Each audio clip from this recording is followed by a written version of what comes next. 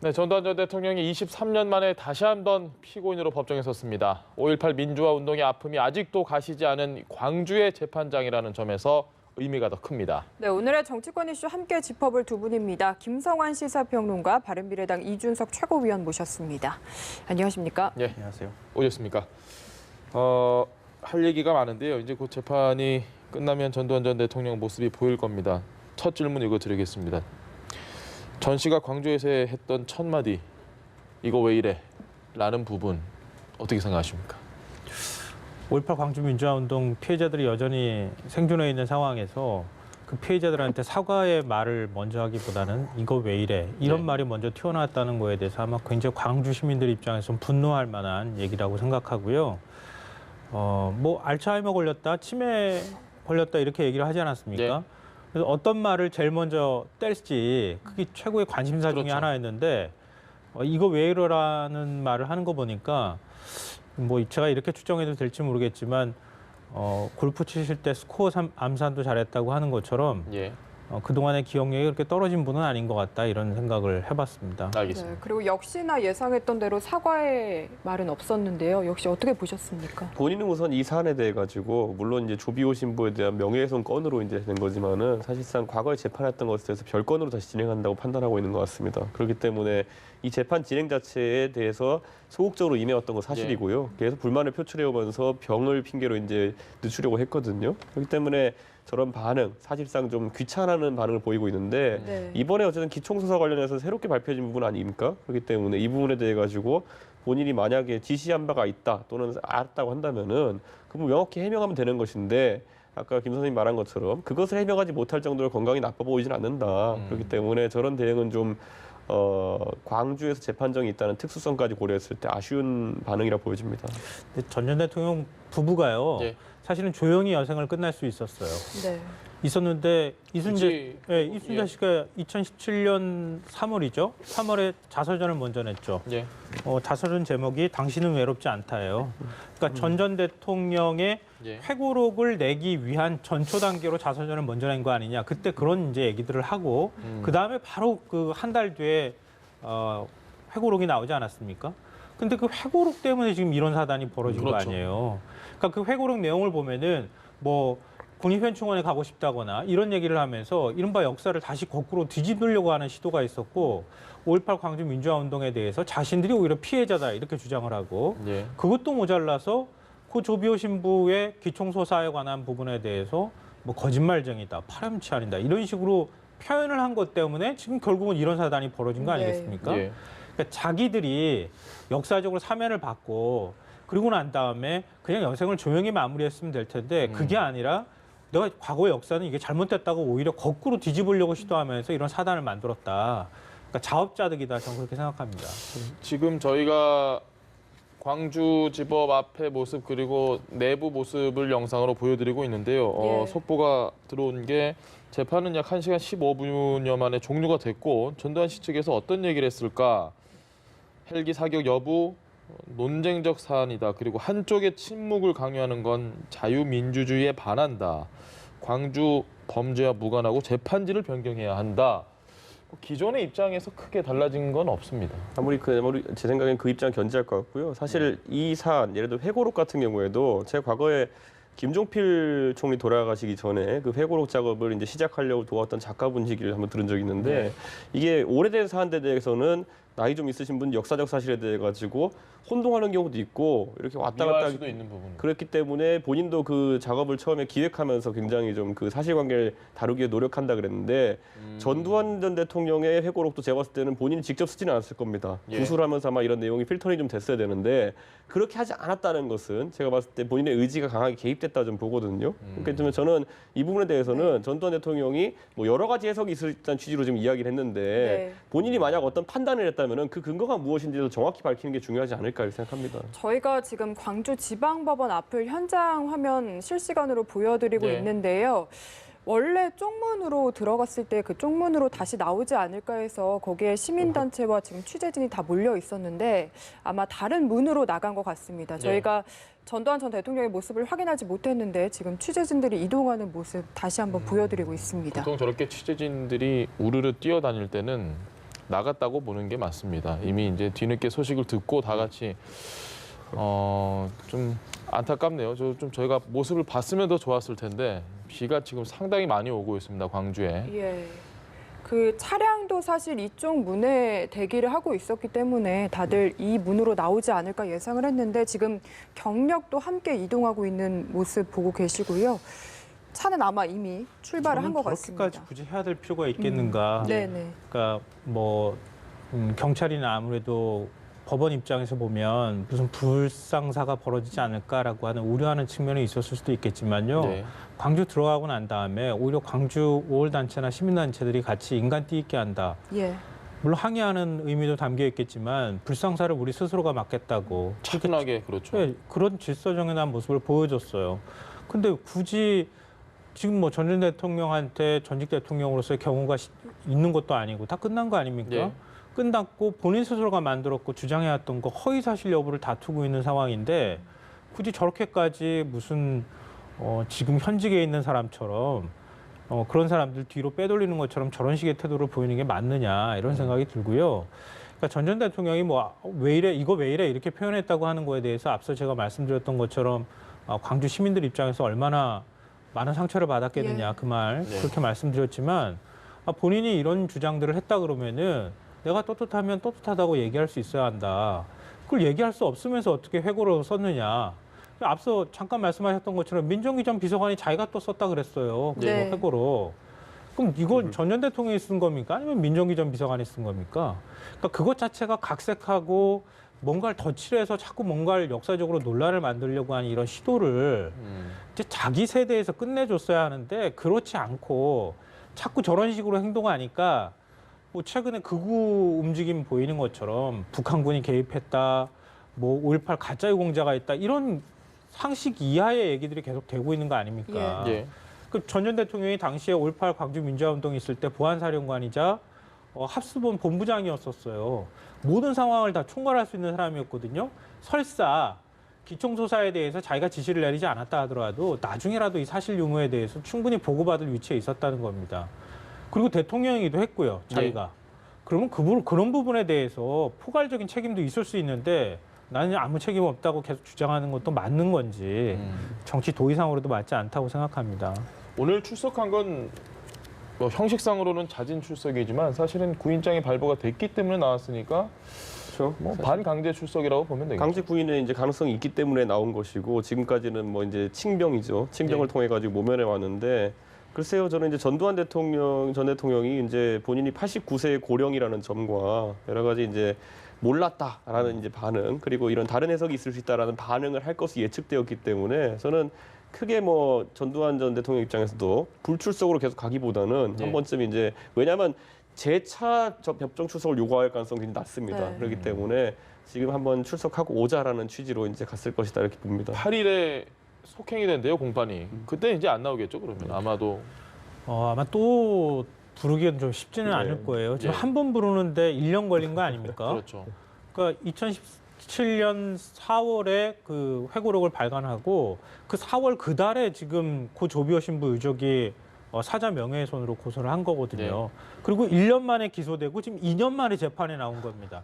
이 사람을 또 다시 부르는 게 또 다시 1년 걸려야 되는 거냐 이런 생각이 들고요. 본인의 본인이 어떤 말을 했는지가 전 제일 궁금한데 네. 지금 아까 그 변호인에서 얘기한 건지 네. 아니면 전 전 대통령 스스로가 주장을 한 건지 잘 모르겠지만 전 전 대통령이 일단 재판을 하는 데 있어서 형식적인 요건은 갖췄고 변호인이 거기에 대해서 뭐 논쟁적 사안이라고 지금 주장을 하는 것처럼 예. 일단 기본적인 사실 문제에 대해서 확인을 해줬으니 그 다음에 뭐 단독 재판이기도 하고 그래서 더 아마 이거를 물어볼 필요까지가 있겠는가 하는 생각은 듭니다. 이제 뭐 네, 소송 지금- 대리인으로. 네. 네, 지금 정확하진 않지만 전두환 측이라고 한 걸 보니까 아마도 변호인이 아닐까 싶고요. 지금 또 전해지는 내용을 보면은 눈을 감고 재판을 받았고 때때로 조는 모습까지 보였다고 합니다. 정말 광주 시민들이 분노할 만한 대목이 아닐까 싶은데. 그러니까 실제로 관건은 전두환 대통령이 인정하느냐 마냐였지 여기에 대해 사실관계를 새롭게 다투고 이런 것들은 아니거든요. 그렇기 때문에 애초에 그런 의지는 없었던 것으로 것으로 보이고 그렇기 때문에 재판 과정 자체가 뭐 1시간 이상 진행되었다고 하지만은 실질적으로는 그냥 아까 말했던 변호인의 일반적 변론을 하는 정도에서 그쳤을 것으로 보입니다. 사자 명예훼손 혐의이긴 하지만 사실은 그 헬기 사격 여부에 대해서도 분명히 이번에 따져 물어야 되는 사안 아닐까요? 굉장히 중요한 사안인 거죠. 예. 왜냐하면 그동안에 전 전 대통령 측도 그랬고 주장해왔던 바가 그 시위대가 먼저 발표를 했기 때문에 자위권적인 조치를 하기 위해서 네. 우리도 총을 쐈다 뭐 이런 식의 주장을 했던 건데요. 헬기 기총을 쏴는 그런 논리가 성립되지 않는 거잖아요. 네. 그러니까 자위권이라는 논리가 성립되지 않고 당시에 무차별적으로 시민들한테 더군다나 헬기에서 쏘는 뭐 우리 이름 얘기하는 것처럼 큰 기관총으로 쏘는 거거든요. 헬기에서는 그런 걸로 시민들을 향해서 무차별적으로 총을 쐈다고 하는 것은 대량 인명살상이 발생할 수 있는 것이다. 그러니까 그동안에 주장해왔던 것처럼 전 대통령이 주장해왔던 또 신군부가 주장해왔던 모든 논리가 다 거짓이라고 하는 걸 증명할 수도 있는 굉장히 상징적인 부분이라는 거죠. 그래서 이 부분을 다퉈야 될 소지가 있는 것이고 그리고 2017년에 국가수에서 이 부분에 대한 검증을 하고 예. 탄핵까지 다 확인한 이유가 바로 그런 부분 때문입니다. 예. 네, 어쨌든 이런 사법적인 판단과는 또 별개로 해서 사실은 5.18 이 민주화 운동과 관련해서 오늘 아침에 전 대통령 자택 앞에도 보수단체들이 시위를 했고요. 여전히 일부에서는 논란이 있는 것도 사실인데 이런 대목은 좀 어떻게 봐야 될까요? 사실 미국에도 지금 아직까지 달 착륙이 허위라고 주장하는 분들이 굉장히 예. 많습니다. 그렇기 때문에 뭐 그분들이 그런 음모론적인 관점에서 그 5.18에 대한 여러 가지 다른 의견들을 내는 것은 사실 뭐 계속 될 겁니다. 하지만 그것이 이제 사회의 주류의 의견을 받아들일 가능성은 거의 없다. 그런 상황 속에서 뭐 이거 보수 단체로 통칭됐지만은 제 생각에 이제 음모론자로 통칭한 게 옳을 것 같다. 왜냐하면 이미 5.18 관련해 가지고도 보수의 어쨌든 주류적인 이해가 그분들의 생각 다 같진 않거든요. 네. 그러니까 지만원 씨 이슈가 굉장히 크게 번졌던 것도 그분들이 굉장히 소수적인 입장에서 하던 주장을 자유한국당이라는 제1야당에서 받아가지고 어쨌든 그 입장을 강화해 준 게 되기 때문에 과연 그러면은 그분들이 공당의 책임이 있는 것이냐로 이제 들어갔던 것이거든요. 그렇기 때문에 저는 앞으로는 그런 일이 좀 없을 것이다. 이렇게 좀 기대를 해봅니다. 이거 굉장히 중요한 대목인데요. 예. 일부가 그렇게 주장할 수 있습니다. 사회에는 굉장히 많은 사람들이 있고요. 네. 굉장히 다양한 생각을 하는 사람들이 있기 때문에 네. 다만 그 주장이 사회에서 얼마나 받아들여지는가에 관한 부분인데요. 지금 지적하신 것처럼 자유한국당 의원들이 노골적으로 그런 얘기들을 하고 있는 거 아닙니까? 가짜 유공자가 끼어 있다거나 아니면 지만원 씨 같은 사람을 국회로 불러들여서 북한군이 개입했다는 식의 어떤 얘기들이 있고 예. 심지어는 자유한국당 최고위원이라는 사람이 입에서 무슨 5.18 유공자가 세금 먹는 뭔가 잘못된 괴물인 것이냐 이렇게 표현하는 이런 게 문제라는 거예요. 그러니까 이런 사람들이 주장하면 진짜 많은 사람들이 그게 근거가 없는 게 아니네 라고 생각한다는 거죠. 그러니까 가짜뉴스의 진원지는 사실상 그렇게 황당무계한 얘기를 하는 사람들이 아니라 자유한국당이다. 그러니까 공당이면 공당으로서 책임 있게 또 국회의원이면 국회의원으로서 책임 있게 그거에 대한 반대의 어떤 주장을 할 수 있는 자기의 근거나 논리적인 합리성을 가지고 얘기를 해야 되는데 그런 거 없이 막연하게 얘기하고 있다는 네. 거고요.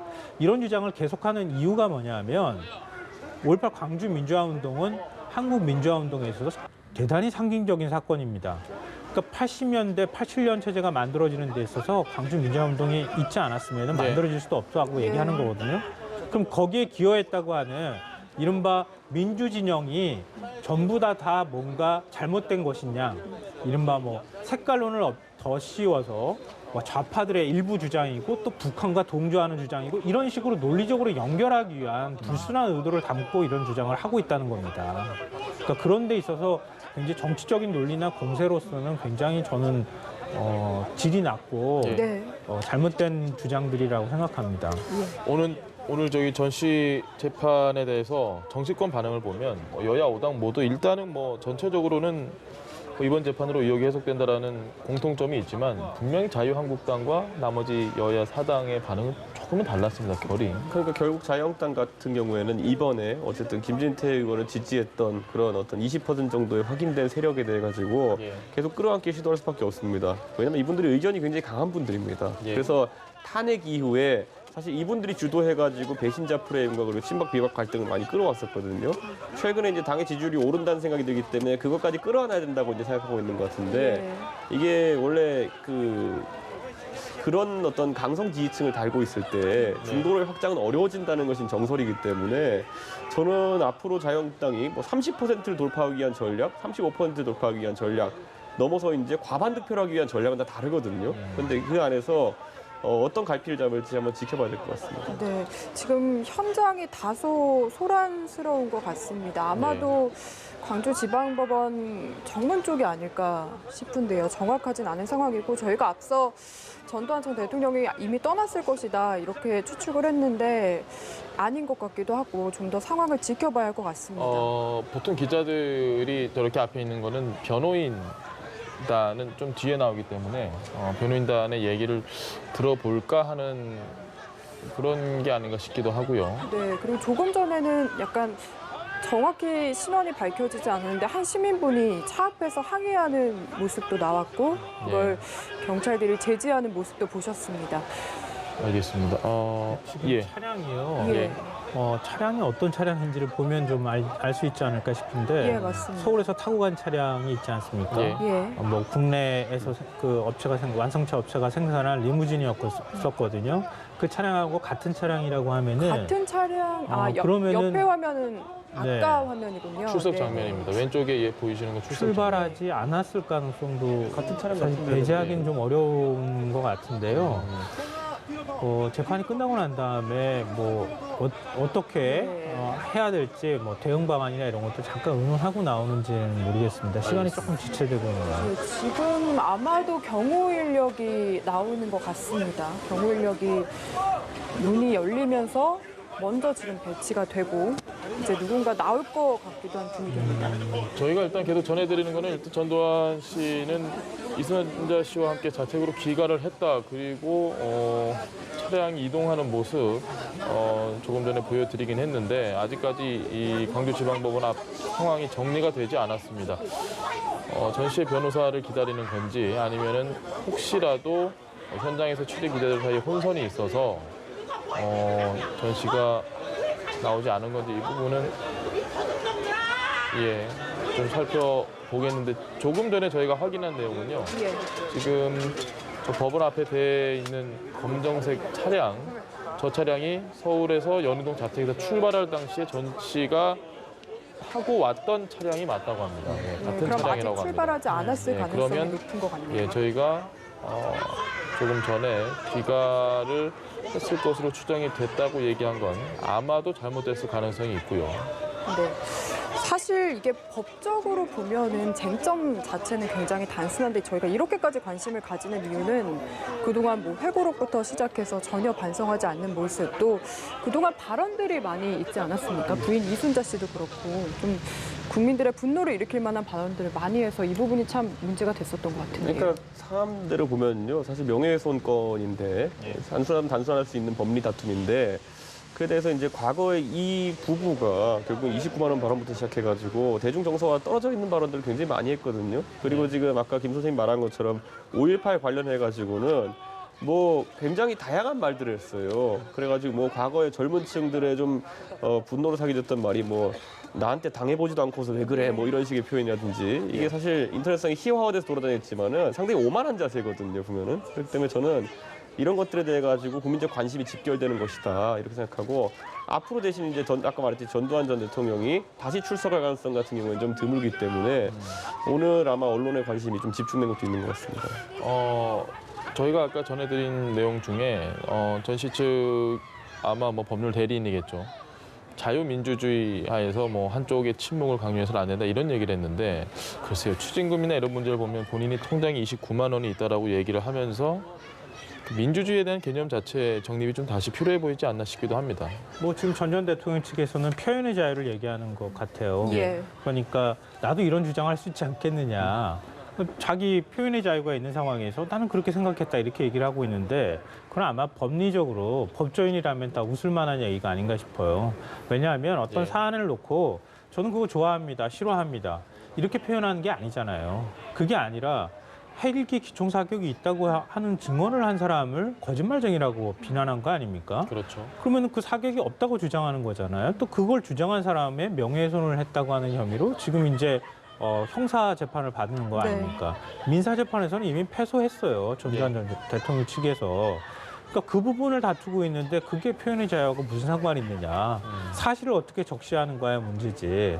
그러니까 그런 식의 주장을 하는 것 자체가 다국민들한테 동의가 되지 않는 것이자 이념적인 주장에 불과하다 이렇게 생각을 하고요. 예. 전 여전히 이제 기자들이 안에 들어가서 봤기 때문에 전 대통령이 뭐 지금 졸았다는 얘기까지 나오고 있는데 어느 정도 예. 사실인지 잘 모르겠습니다. 눈을 그냥 감은 걸 수도 있고. 네, 어떤 발언을 예. 할지 굉장히 궁금한데요. 이순자 씨도 얘기한 것처럼 본인이 그렇게 떳떳하다, 피해자다, 뭐 무슨 죽음의 민주주의의 국판이다, 뭐 민주주의 아버지다 이렇게까지 주장하는 사람들이라면 재판받을 때도 떳떳해야 되는 거 아닙니까? 차라리 떳떳해라. 차라리 자기가 이렇게 주장한 근거에 대해서 떳떳하게 밝히고 그리고 난 다음에 그거에 대해서 사법적인 판단을 받든 안 받든 하면 되는 것인데 그게 아니라 뭐 어디 아프다 그래서 안 나가고 또 알츠하이머가 있는지 없는지 확인도 안 되지만 아무 말도 안 하고 그냥 재판 끝났다. 이게 얼마나 많은 사람들한테 이게 황당하고 상처를 줄 만하고 그런 내용입니까? 예. 차라리 말을 하고 말든가. 그러니까 그런 것조차 없었다 그러면은 너무 허무한 일이 아닌가 싶어요. 그러니까 이게 최근에 이제 두 명의 대통령의 구속 상황에 대해서 국민들이 바라보면서 예를 들어 박근혜 대통령이나 이명박 대통령 같은 경우에는 통치 기간 또는 그 전에 있었던 어떤 통치 행위에 대해 가지고 비판받는 영역이 많기 때문에 그래서 뭐 팬클럽도 생기는 사람도 있고 뭐 반발하는 사람도 있고 한데 이 사안 같은 경우에는 이미 진실이 어느 정도 밝혀진 사안에 대해서 책 써가지고 문제된 거 아닙니까? 네. 그러다 보니까 전두환 대통령이 말한 어떤 그런 자신을 지목해서 이제 괴롭힌다는 취지의 표현 같은 경우에는 대중적으로 받아들이기가 참 어렵다. 그렇기 때문에 이 사안 같은 경우에는 또 생각보다 휘발성이 높지 않을 것이다. 그래서는 이거는 뭐 길게 갈 사안 아니라 보지만은 다시 한번 그러니까 어쨌든 군사 독재 시절의 어떤 그 오만함에 대해 가지고 사람들이 회고하는 기회가 될 거다 이런 생각합니다. 전 씨의 마음을 아주 압축적으로 잘 표현해 준 게 아닌가 싶습니다. 이거 왜 이래라는 그 부분이 나한테 왜 이래라는 아마 마음을 잘 표현한 것 같은데 방금 전에 이채구 의원도 말씀해 주셨지만 예. 비슷한 심정이었을 거라고 생각해요. 왜냐하면 1995년인가요? 그때 이제 골목성명 예. 발표할 때 예. 12월 2일인가 그때 발표할 때도 비슷한 얘기 했어요. 그 이전에 50 청문회 때 그때 다 얘기가 됐었고 그리고 검찰에서 조사했는데 기소유예까지 됐던 거고 자기 예. 백담사 2년 동안이나 갔다 왔는데 뭘 또 지금 수사해가지고 나한테 이러냐 이런 얘기를 한 거였어요. 근데 그때 5.18 특별법 만들겠다고 하고 사회적으로 과거 문제를 어떻게 해서는 이 문제는 정리해야 되겠다고 하는 것 때문에 얘기가 나왔었고 결국은 이제 무기징역까지 선고받고 97년도에 사면받은 거 아니겠습니까? 그러니까 뭐 박근혜 이명박 전 대통령 얘기도 우리가 많이 하지만 박근혜 이명박 전 대통령하고 전두환 대통령을 갖다 놓고 다르죠. 동렬에다 비교해서는 예, 절대 안 되는 문제고요. 무력으로 신군부가 쿠데타를 일으켜서 강제로 권력 잡고요. 그리고 의회 무력화시키고 체육관 선거하고 그리고 난 다음에 이 대통령 임기 마음대로 늘려가려고 그러다가 결국은 민주화 시위에서 그건 못한 거 아니겠습니까? 예. 그랬던 독재자가 난 아무런 잘못이 없다 이런 식의 태도로 끝까지 보이는 게 맞는지 그러니까 세간에 그런 얘기가 나오는 거예요. 사면해주면 안 됐었던 거였다. 사면해주니까 지금 이런 얘기 하는 거 아니냐. 그래서 사면하는 걸 신중하게 해야 된다는 얘기가 그래서 나오는 거예요. 네, 지금 광주지법 화면을 저희가 계속 보여드리고 있는데요. 사실 이 재판은 1시간 15분 정도 만에 끝났다고 하는데 좀 엉뚱한 질문이 될 수도 있겠지만 안에서 만약에 있다면 뭘 지금 하고 있는 걸까 좀 추측해 볼 수 있을까요? 글쎄요. 그런데 어쨌든 뭐 앞으로 이제 그 변호인들이 이제 상당 부분을 담당해가지고 재판을 이끌어 나가야 될 텐데 오늘 아마 재판부와의 어떤 그런 대질 속에서 결국 있었던 일들에 대해서 의견 나누는 과정이 있지 않을까. 왜냐하면 사실 뭐 그리고 또 전두환 전 대통령이 89세 고령이기 때문에 실질적으로 뭐 건강이 안 좋다까지는 모르겠지만은 휴식이 필요할 수도 있습니다. 그렇죠. 왜냐하면 상당히 오늘 아침부터 본인에게는 긴장도가 높았을 거 아닙니까? 그러다 보니까 뭐 그런 정도로 이해하면 될 것이고 곧 출발할 거로 보입니다. 자유한국당은 왜 힘주어서 얘기하지 않는다고 생각하십니까? 이 부분에 대해서 다른 타 당들과 비교했을 때 조금은 방어적인 위치에서 얘기를 하고 있거든요. 뭐 전 전 대통령을 옹호하려고 그렇게 하는 거라고는 믿고 싶지 않고요. 저는. 네. 그러니까 5.18이라고 하는 상징성이 그만큼 크기 때문이다. 광주 민주화운동에 대한 상징성이 크고 광주 민주화운동에 상처를 입혔을 경우에 그 이후에 민주정부의 어떤 정당성, 정통성 그리고 이른바 이제 보수 쪽에서 바라볼 때 운동권 세력이 뭔가를 집권을 하고 뭐 이런 부분에 대한 큰 의미에 있어서 정당성을 훼손시키려고 하는 불순한 의도가 저는 개입돼 있다고 보고요. 또 이게 광주 80년대를 겪어온 세대하고 겪지 않은 세대는 좀 차이가 있다고 보는데요. 왜냐하면 우리 어렸을 때 제가 사실이라고 믿어왔기 때문에 지금도 저는 잘못된 편견을 가지고 있을 수 있거든요. 제 어린 시절에 대한 편견이. 그러니까 사람이 그 어린 시절에 남아있는 또 젊은 시절에 남아있었던 잘못된 편견 이게 80년대에는 다 통용이 됐던 논리란 말이에요.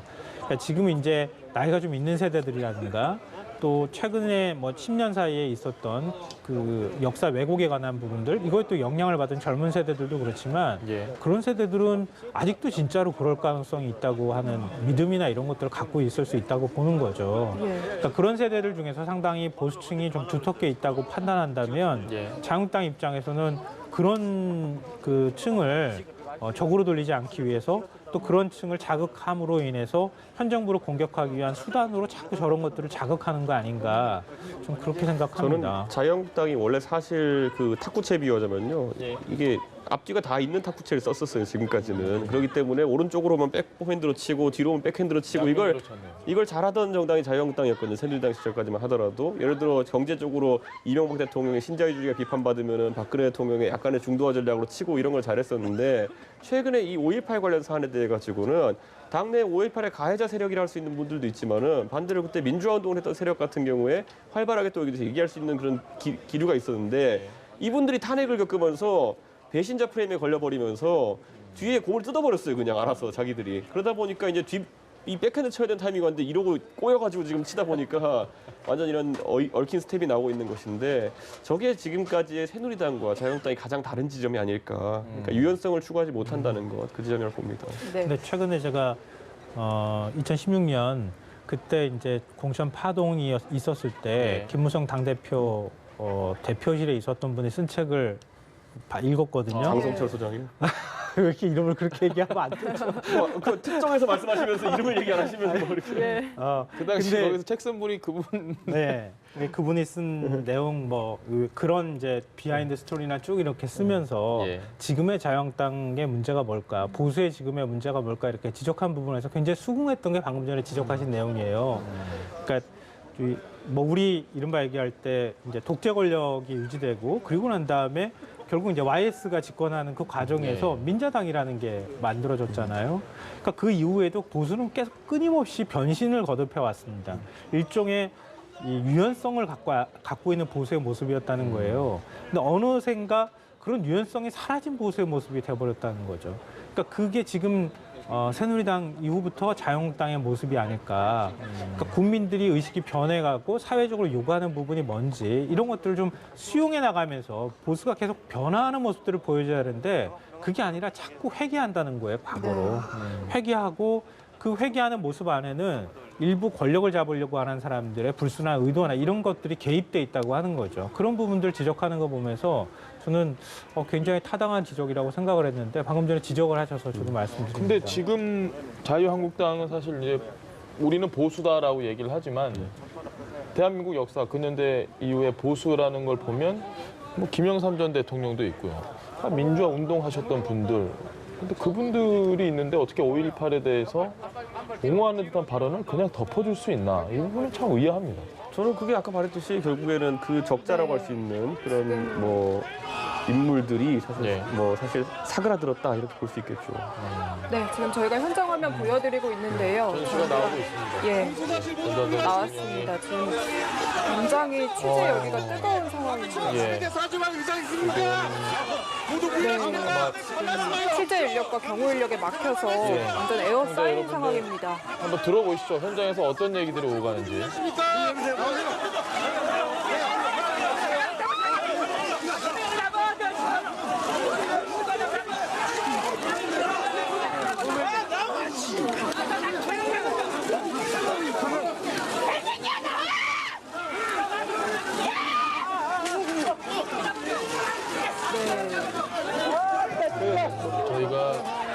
정제되지 않은 욕설이나 이런 부분은 사실 방송에서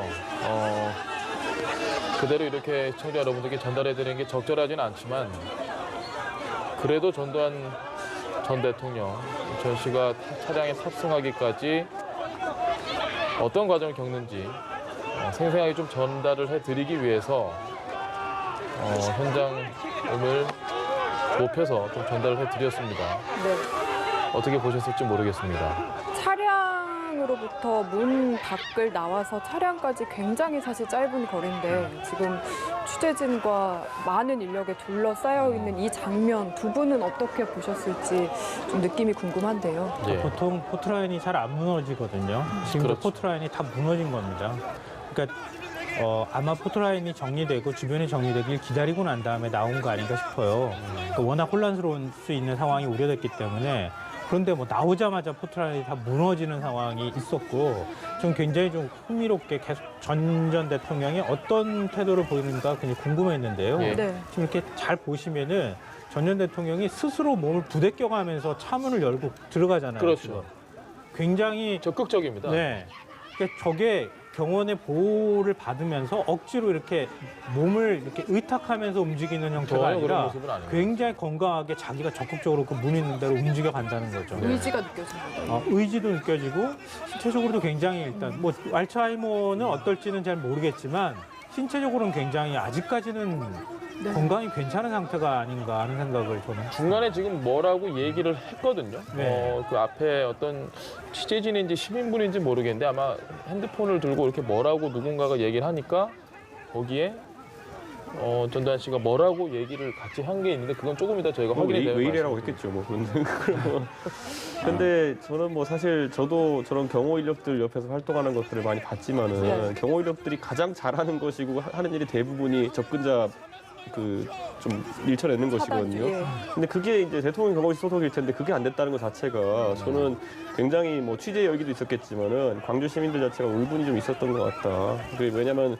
입장 표명 결국 들어올 때 나갈 때 두 타이밍에서 뭔가 기대했던 것인데 들어올 때는 현실적으로 사과나 이런 발언이 없었고 나갈 때도 뭔가가 있길 기대했는데 전혀 아니고 그냥 황급히 탑승하는 모습이었기 때문에 그 분노가 표출되고 아까 그래서 부적절한 약간 뭐 욕설 같은 것들도 방송으로 나갈 수 있는 거 아닌가 이런 생각했습니다 저는. 전 대통령 입장에서는 굉장히 모욕적인 장면인 거예요. 예. 저게. 그러니까 본인 스스로가 전직 대통령이라고 하면 전직 대통령에 준하는 어떤 무언가가 행동이나 모습이 있어야 하는데 본인 스스로도 그걸 보여주지 못했고 결국은 이게 마지막으로 언론에 나오는 모습이 될지 안 될지는 모르겠지만 이런 모습으로 차를 황급히 도망가듯이 타고 그리고 집으로 되돌아갔다. 이게 얼마나 치욕적인 겁니까? 그러니까 지금 우리 사회의 분노나 우리 사회에서 전 대통령을 바라보는 시각이 바로 여기 다 투영이 되는 있다고 생각하고요. 전 대통령이나 뭐 이순자 씨 마찬가지로 본인들 스스로도 한번 생각해 볼 필요가 있다. 근데 이런 모습을 보여주면서 이순자 씨가 자서전에서 썼던 것처럼 국립현충원에 안장되고 싶다 이렇게 하는 요구가 들어질 수 있겠습니까? 우리 사회에서 그걸 수용할 수 있겠습니까? 민심이. 저는 그게 불가능한 일이라고 생각합니다. 스튜디오에서는 지금 굉장히 좀 사실은 좀 씁쓸하거든요.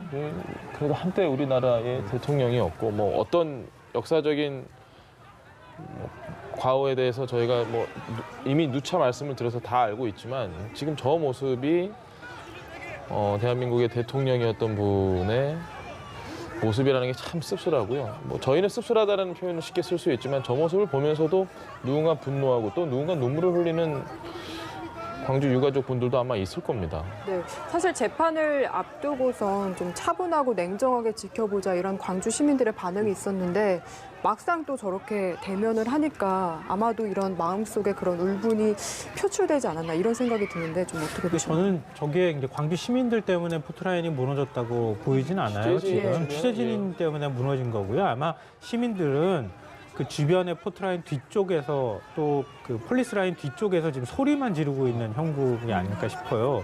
왜냐하면 시민들은 다 통제한 상태에서 지금 그 앞에 법원 앞쪽에 있는 상황이 만들어졌기 때문에 그래서 뭐 광주 시민들이 저렇게 모양을 만든 건 아닌 것으로 보인다 말씀드리고요. 그러니까 저는 전 대통령이 만약에 그동안의 재판 문제를 이렇게까지 길게 끌면서 구차한 변명 같은 얘기를 하지 않았다면 오히려 더 명예롭게 떳떳하게 자기 의견을 밝히면서 네. 그리고 자기가 믿고 있는 뭐 확신하고 있고 자기가 알고 있는 정보가 있었다 그러면 그대로 말을 했으면 오히려 저런 일 당하지 않으면서도 법정에 출석하고 끝날 수도 있었을 텐데 그렇지 않고 이게 뭐 알츠하이머다 뭐 독감이다 이렇게 하면서 연기는 했지만 그 사이에 굉장히 사실은 많은 사람한테 조롱거리가 된 사건이 있었잖아요. 네. 골프장 갔던 사건. 그러니까 그 골프장 갔던 사건이 전 굉장히 컸었다고 생각하는데 진짜로 그럴 수도 있겠구나 하는 보지 못했으니까 믿어야 되는 거잖아요. 그렇게 생각을 했는데 골프장 가서 멀쩡하게 골프 잘 쳤다. 그리고 가가지고 스코어 암산도 잘하고 캐디한테 뭐 팁도 줬다. 이런 얘기가 나오는 순간 전 전 대통령에 대한 모든 신뢰나 이런 것들 한꺼번에 깨져버렸다는 거예요. 그렇게까지 본인이 이렇게 재판을 끌면서 이렇게 마지막에 이런 모습으로 갈 텐데 왜 이렇게 했는가 이런 면에서 너무 안타깝고 아쉽고요. 그리고 뭐 말씀드렸다시피 굳이 회고록하고 자서전을 그런 식으로 내가지고 더 많은 사람들한테 역사적인 분노감을 불러일으키게 한 것도 저는 잘못된 네. 일이었다고 생각합니다. 지금 시청자분들 오른쪽으로 보이는 화면이요. 지금 저희가 크게 확대를 했는데 현재 상황입니다. 현재 광주지법 앞에서 거의 차량이 꼼짝을 못하고 있습니다. 네, 그리고 지금 정확하진 않습니다만 시민들 스스로 인간띠 있기를 만든 모양이 보이거든요. 예. 아마도. 근데 뭐 사실은 모든 시민들이 한 마음으로 인간띠를 만들면 좋겠지만 저 울분의 정도를 어떻게 다 똑같은 인간띠로 묶어 놓을 수 있겠습니까? 누군가는 뛰쳐나갈 수밖에 없는 상황이라는 걸 아마 시청자분들도 충분히 이해하실 수 있지 않을까요? 네, 지금 화면이 정말 많이 흔들리고 그만큼 얼마나 현장이 혼란스러운가 볼 수 있는 것 같습니다. 예. 저는 저 정도면 엄청나게 질서를 잘 지키는 거라고 생각합니다. 솔직히 말씀드려서. 자기 친구, 형제, 자매들이 5.18 당시에 어떻게 숨졌는지 그걸 두 눈으로 생생하게 목격한 분들인 거예요. 그 당사자라고 하는 사람, 그렇게 해서 권력을 잡았다고 하는 그 당사자가 지금 광주를 내려갔는데 저 정도 울분조차 표하지 못한다는 게 오히려 더 그 가슴을 칠 일이 아닌가 싶고요. 사실은 이제 전 전 대통령이 집권 기간 동안에 5번을 광주를 갔다고 그렇죠. 하잖아요. 예.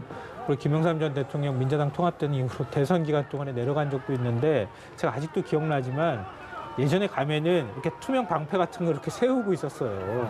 돌 날아오고 막 이럴까 봐. 그러니까 그랬던 시절을 겪었던 거예요. 그러니까 거기 광주를 가고 싶어 하지도 않고 제대로 가지도 못했고 그럴 정도의 그 사람이었는데 결국 나중에 생리 다 하는 데까지 광주에 가가지고 저런 일들을 만들었다고 하는 게 얼마나 사실은 역사적으로 참담한 장면입니까? 이 의원은 좀 보면서 어떤 느낌 드십니까?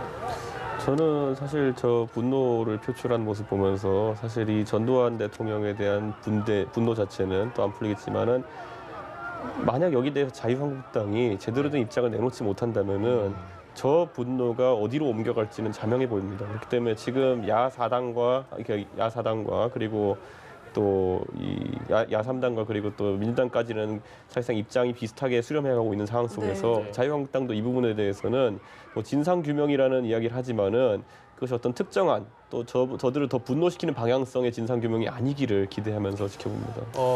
저희는 지금 스튜디오에서 다른 화면을 확인을 하고 있는데요. 저분께서 저희가 바로 지금 보내드릴 수는 없지만 네, 아마도 유족 국회 앞에서 예.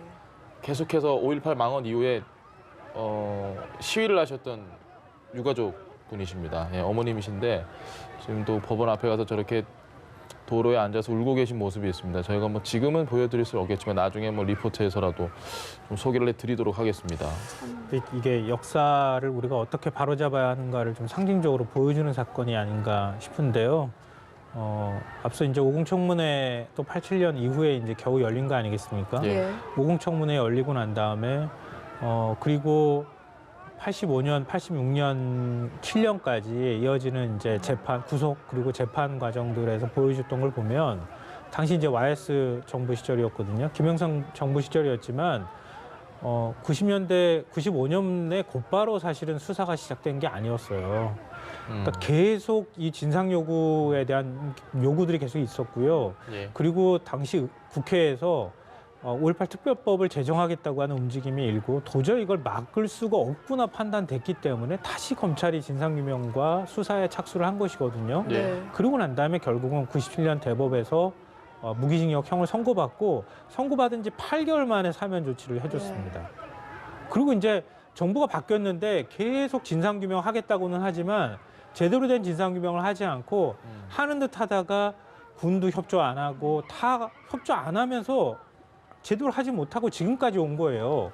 그리고 지금 진상규명위원회, 조사위원회 지금 만들겠다고 하는데 지금 또 구성하지도 그렇죠. 못하고 있는 상황 아닙니까? 제대로 된 진상규명하고 그때 예. 확실하게 책임자도 처벌하고 뭔가 문제를 정리하고 매듭을 지었더라면 오늘과 같은 일은 벌어지지 않았을 것이다. 그러니까 우리 사회가 그걸 제대로 못함으로 인해서 지금까지 이 문제를 끌고 오게 됐고 지금까지 전 대통령이 뭔가 다른 주장을 사실과 부합하지 않는 주장을 할 수 있는 뭔가 여지들을 계속 만들어 온 것이 아닐까 이런 부분에 대한 반성도 필요하고요. 그래서 진상조사위원회 이번이 정말 마지막이 되도록 하자고 얘기하고 있는 거 아닙니까? 예. 그 진상조사위원회는 정말 또 조사위원 구성 때문에 지금 또 나눠 자영당하고 겪고 있습니다. 문제가 예. 있는데 이번만큼은 또다시 우리 후손들한테 이거 물려줄 수는 없잖아요. 이번만큼은 확실하게 진상조사가 이루어질 수 있도록 지금 정치권에도 숙제가 있으니까 좀 제대로 좀 숙제를 제대로 풀었으면 좋겠다.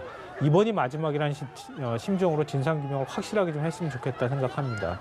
지금 현재 화면 보시면 차가 거의 꼼짝을 못 하고 있습니다. 시민분들에게 좀 막혀서 법원 정문도 거의 못 빠져나가고 있는 게 아닌가 싶은데 저게 얼마나 길진 모르겠지만 전두환 씨가 좀 오롯이 한번 봤으면 좋겠다는 생각이 듭니다.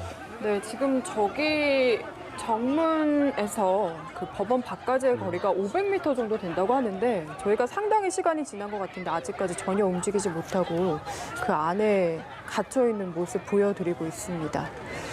조금 전에 이 최고위원께서 이번에 한국당이 좀 제대로 된 입장을 내지 못하면은 이 분노가 어디로 갈지 자명하다고 하셨는데 오늘 나온 논평만 봐도 이번 재판을 통해서 미진한 의혹들을 해소하는 계기가 되길 바란다 이런 얘기를 내놨거든요. 그런데 자유한국당 입장에서 규명하고 싶어하는 의혹이라는 거는 이번에 진상조사할 때 법무부에서 특별법 만들 때 자유한국당 측에서 제출했던 의혹이 뭡니까? 결국에는 유공자 명단 얘기. 그리고 북한군 특수부대 개입 의혹인데 그러니까 그걸 규명하고 싶다는 것인데 이미 정설은 개입하지 않았다인데 예. 의혹을 규명하라는 것은 정설에 반대되는 의견을 자기들이 검증하고 싶다는 이야기거든요. 그러니까 저는 그 주장을 오늘 반복한 것이라면은 굉장한 그러니까 그 난리를 겪고도 한 2주간 그 난리를 겪고도 달라진 것이 없냐라는 평을 들을 수 있기 때문에 그 입장을 좀 더 세분화해서 무슨 의혹을 규명하자는 것인지는 자유한국당이 상세히 하지 않으면은 오늘 저 분노한 민심이라는 것이 어디로 갈지는 저는 자명해 보입니다. 혹시 한국당에서 재차 어떤 논평을 내야 된다고 생각하십니까? 이 정도에서 그냥 딱 아무 말 없이 침묵하는 게 낫다 아니면 여기서 재차 논평을 내는 게 낫다 어떻게 생각하십니까? 정치라는 게 명분이 중요하지 않습니까? 예. 그리고 정당성을 굉장히 중요하게 정당성이 없는 정치 정권이라고 하는 거 있을 수 없는 거니까요. 그런 부분에 있어서는 저는 당연히 더 추하 논평을 내야 하고 분명한 입장을 밝혀야 한다고 생각하는 입장이지만 네. 자유한국당은 그럴 가능성이 별로 보이지 않는다는 게 문제 아닙니까 지금?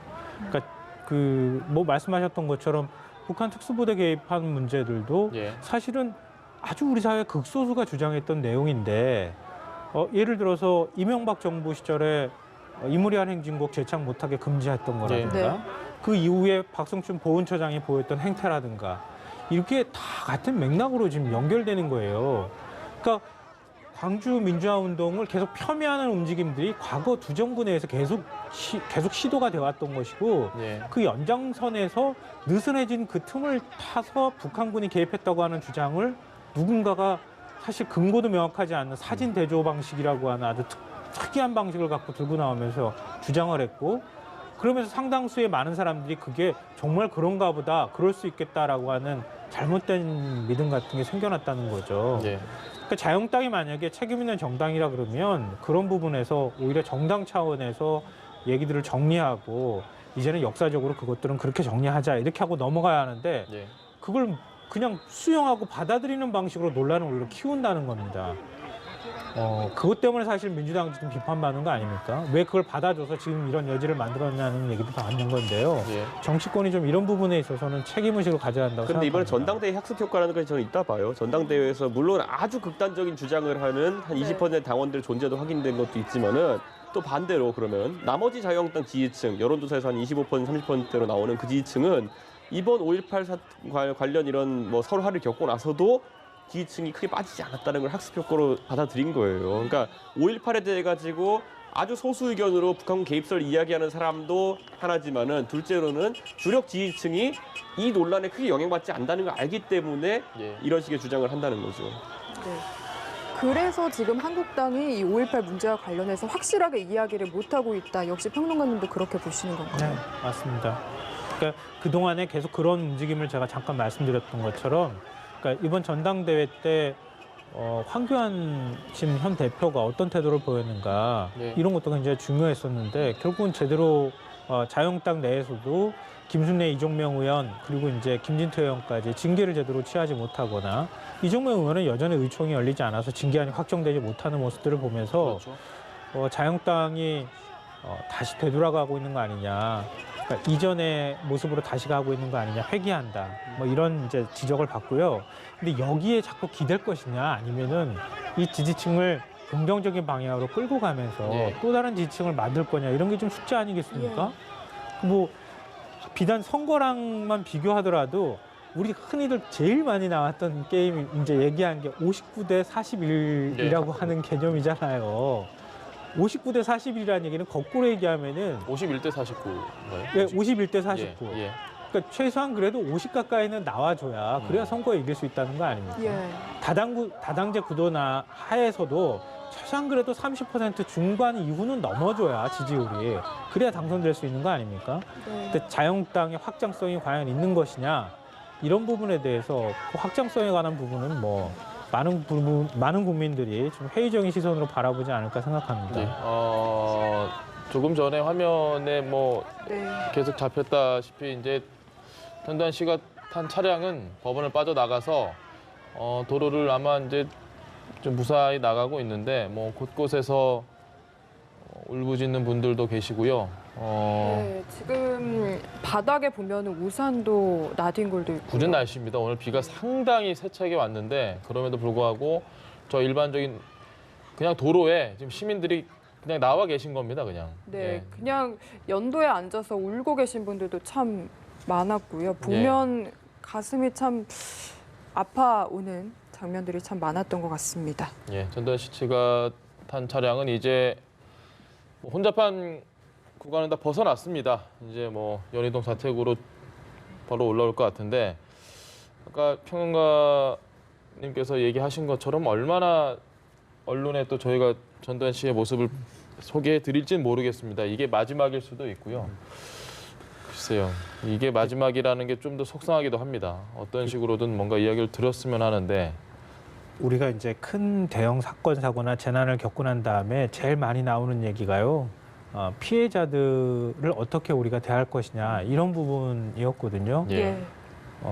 그럴 때 심리학자들이 제일 많이 하는 얘기가 그 사람들이 수긍할 수 있는 확실한 진상 규명을 얘기합니다. 그러니까 그렇게 해야 그 상황을 받아들이고 아픔을 치유할 수 있는 시작이 될 수 있다는 겁니다. 근데 그동안에 지금 당사자잖아요, 전 대통령이. 그러면 그 당사자가 어떤 말이나 이런 것들로 우리가 치유를 받았던 적이 있는가, 광주가. 예. 네. 그리고 책임자 처벌을 했지만 곧 사면되고 그리고 아무렇지도 않게 골프 치러 다니고 자기 동문회 다니고 이런 모습들 보면서 그럼 누가 가해자고 누가 피해자인 것이냐. 예. 이런 것들을 끊임없이 수십 년 동안 확인한 거 아니겠습니까?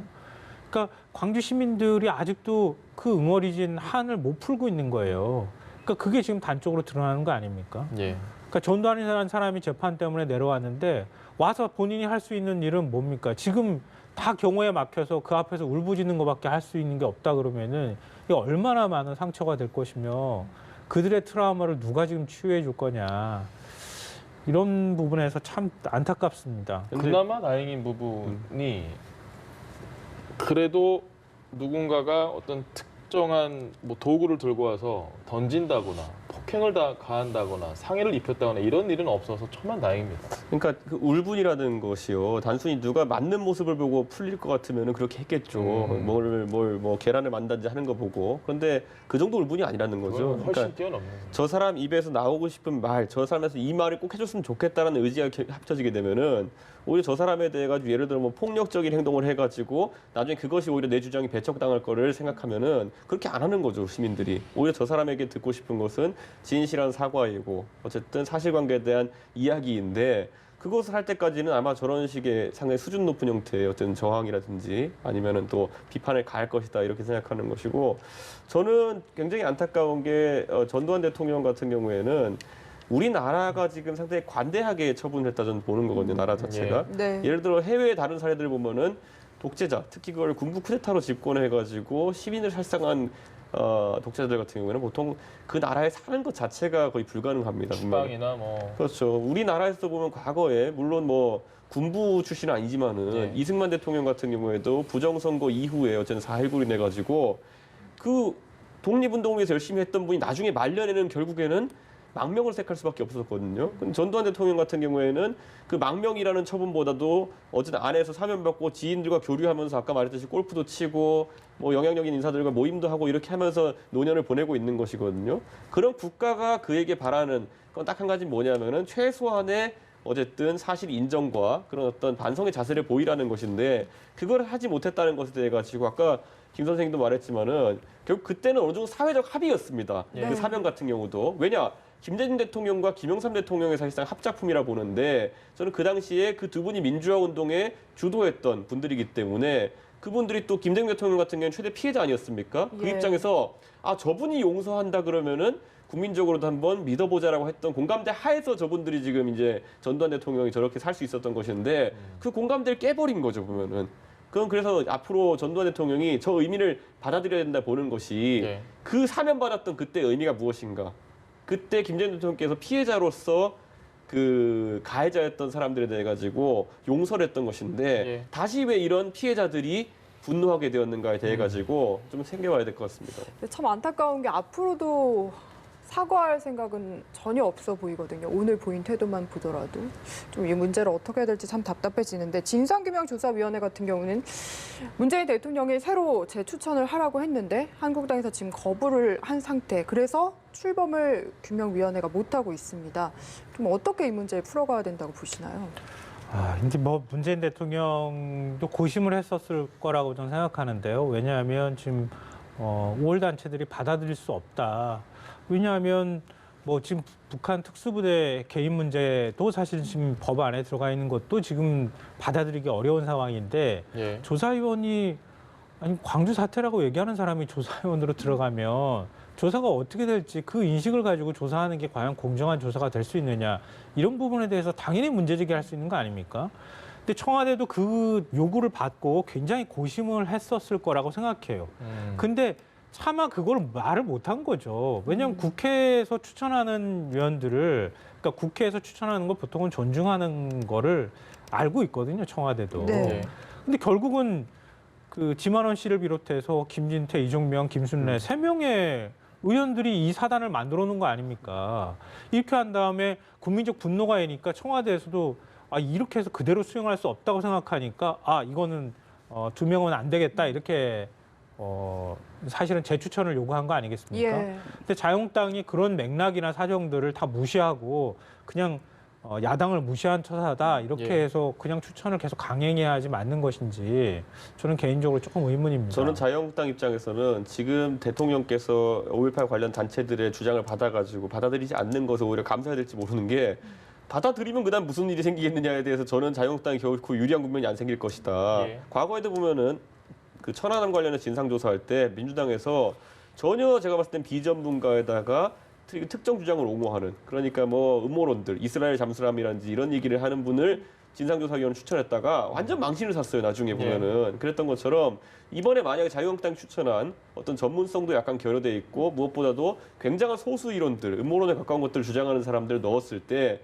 이분이 진짜 활동해서 무슨 발언을 하는 순간 국민적 지탄이 만약 그분들은 생긴다 그러면은 당연히 뭐 저런 사람을 추천했냐로 옮겨갈 수밖에 없는 거거든요. 그럼 추천한 주체가 굉장히 또 비난을 받은 상황이기 때문에 자유한국당도 잘 생각해야 됩니다. 지금 이 인사 그대로 갔을 때 어쨌든 제1야당으로서의 수권 능력이나 어떤 그런 것에 대해서 의심받을 수도 있습니다. 기회를 줬더니만은 이상한 사람 추천했다? 이건 정당으로서의 책임감을 망각한 것이거든요. 네, 알겠습니다. 오늘 두 분 이야기는 여기까지 들어보도록 하겠습니다. 지금까지 전두환 전 대통령이 광주지방법원에서 나오는 장면 이 두 분과 함께했습니다. 김성환 시사평론가, 바른미래당 이준석 최고위원이었습니다. 긴 시간 감사합니다. 네, 고맙습니다.